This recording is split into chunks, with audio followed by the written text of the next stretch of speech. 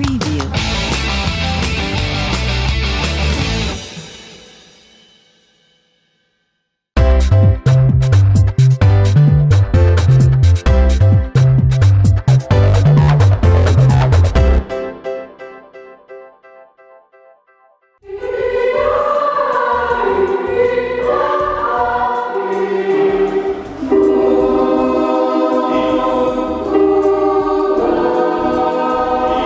La maîtrise, c'est un cursus horaire aménagé voix, une classe chave, avec des enfants scolarisés au collège Saint-Dominique pour les maîtrisiens et pour les pré-maîtrisiens à l'école La Colombière. Donc c'est des enfants que je vois 3 fois par semaine, 4 heures. Ils ont 4 heures de répétition de chœur avec moi, une fois 2 heures et 2 fois 1 heure. Ils ont des cours de technique vocale, ils ont des cours de formation musicale. Je le fais lentement, donc voix 1 et voix 2 pour chanter la même chose. Les notes que j'ai rajoutées, ce sera pour les ténors. Les enfants choisissent d'intégrer ce cursus-là, c'est évidemment pas obligatoire. Par contre, une fois qu'ils sont dans le cursus, c'est leur cursus scolaire, donc c'est pour l'année. On leur demande évidemment une assiduité sur les répétitions, c'est facile vu que c'est sur le temps scolaire, mais aussi sur les concerts, sur tout ce qui est extrascolaire. On a quelques animations liturgiques, plus quelques concerts, des tournées. Alors la tournée n'est pas obligatoire parce qu'il y a un coût financier. Ce qui est demandé pour intégrer le cursus, c'est évidemment pas déjà des compétences abouties, puisque on est une école, on est là pour leur apprendre. Moi, j'écoute, il y a un chant, on propose 3 chants et les enfants choisissent un des 3 chants, plus une poésie. J'évalue un petit peu le niveau et le niveau de l'enfant, mais aussi toutes ses compétences scéniques, comment il est à l'aise avec son corps, avec sa voix, avec un public. Il y a des enfants qui arrivent avec des compétences musicales, qui sont déjà au conservatoire et qui font de l'instrument. C'est tout bénef pour eux. Ils arrivent déjà avec un paquet avec eux, mais des enfants qui arrivent et qui ne savent pas du tout lire les notes, c'est pas un problème. Je les auditionne au même titre que les autres. Les compétences attendues pour un enfant qui souhaite intégrer un ensemble vocal ou une maîtrise, c'est déjà pour moi la curiosité. Il va être amené à découvrir beaucoup de choses, à essayer beaucoup de choses, à se mettre en danger, en inconfort vis-à-vis du regard des autres, vis-à-vis de sa voix. C'est quand même l'instrument le plus intime qui soit. Étant pianiste, moi à la base, je vois bien la différence quand je suis derrière le piano, un instrument de 400 kg qui nous protège du public.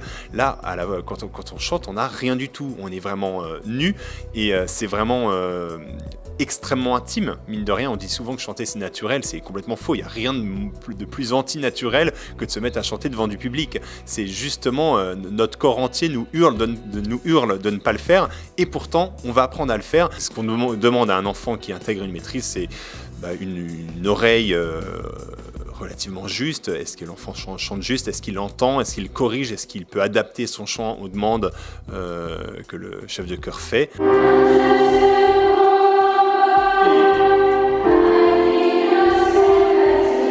En ce qui concerne la mue des garçons, depuis 2-3 ans maintenant, j'ai vraiment intégré les voix muées au sein de la maîtrise au collège. Donc j'ai un pupitre de ténor parmi les 60 enfants. Ils sont à peu près une petite dizaine, 7-8 de mémoire. Donc les garçons qui muent gardent toute leur place au sein de la maîtrise. C'est pas parce qu'un enfant mue qu'il perd complètement le contact et la possibilité de chanter en voix légère. Au contraire, c'est intéressant de garder les deux. En ce qui concerne le répertoire de la maîtrise, le but c'est je vous parlais de curiosité tout à l'heure, c'est de pouvoir aller découvrir plein de choses différentes. Alors évidemment, le répertoire classique de maîtrise, le chant sacré ou pas, aussi bien que la musique moderne ou la musique contemporaine, avec des gospels, des reprises. Je fais assez peu de chansons harmonisées, mais cette année-là, je termine le dernier programme de l'année avec un programme Queen, parce que je trouvais qu'il y avait vraiment une composante vocale très intéressante à travailler avec les voix d'enfants.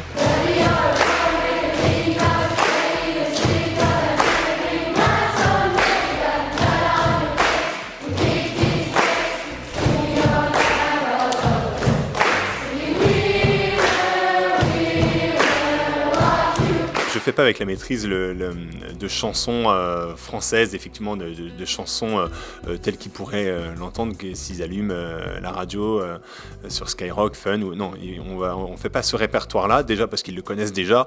Mais le but, c'est quand même de leur faire découvrir des choses et de leur faire découvrir la vocalité dans certains types de répertoires. On fait plusieurs concerts dans l'année.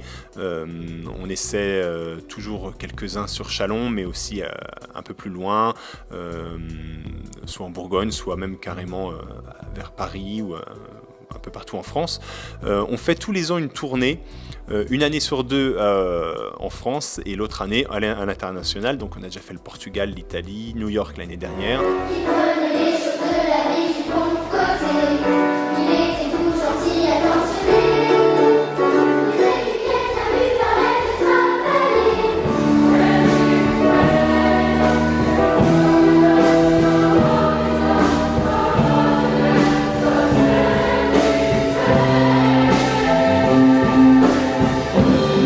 Notre maîtrise, elle a dans son ADN une composante sacrée, liturgique. Donc on fait de l'animation de liturgie à différentes occasions.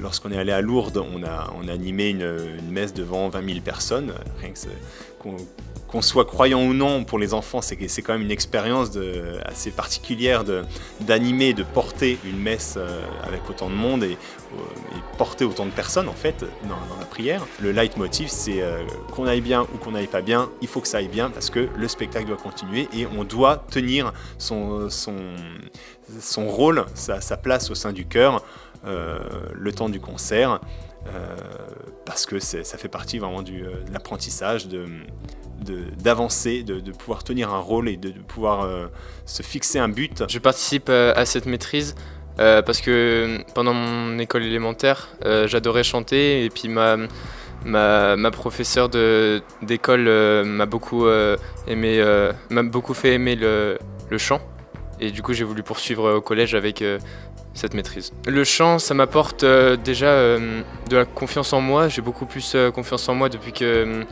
je chante parce que déjà on chante devant des gens et du coup ça nous donne, on est obligé et du coup à force on s'habitue et on a envie même de chanter devant les autres pour donner du plaisir. J'aimerais bien continuer à chanter dans une autre chorale parce qu'il n'y a plus le lycée, on ne peut plus être à la maîtrise, donc du coup j'aimerais bien quand même poursuivre le chant ailleurs. Les chants qu'on chante, il y en a quelques-uns que je préfère plus que d'autres parce que c'est une chorale qui est plus catholique et moi je ne suis pas baptisé et du coup j'ai fait aucune messe et tout ça avant d'être à la maîtrise. Du coup, c'est pas que ça me dérange de chanter ça, mais je préfère quand même plus tout ce qui est profane et ce qui est comme là, l'autre programme qu'on fait en ce moment, comme Queen. Je préfère ces chansons de ce type-là.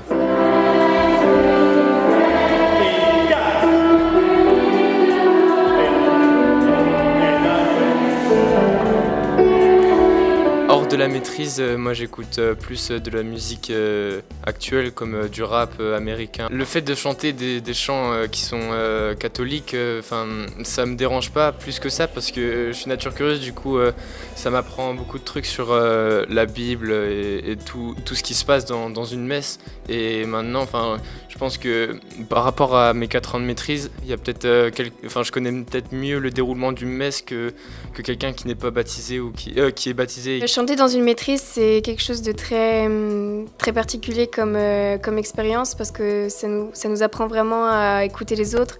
Moi, ça me permet vraiment de chanter, de profiter de ce qu'on fait et de partager ça avec d'autres personnes.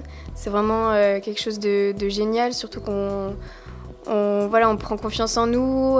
Ça n'apporte pas que des capacités de chant, ça apporte aussi beaucoup d'autonomie, de la confiance en soi et c'est vraiment une belle expérience. Après cette troisième, je sais pas vraiment j'ai pas vraiment de projet encore précis au niveau du chant. C'est vrai que j'aimerais beaucoup continuer ça parce que j'adore chanter et c'est vraiment quelque chose que j'apprécie. Et je pense que si je continue pas de chanter ailleurs, ça risque de me manquer.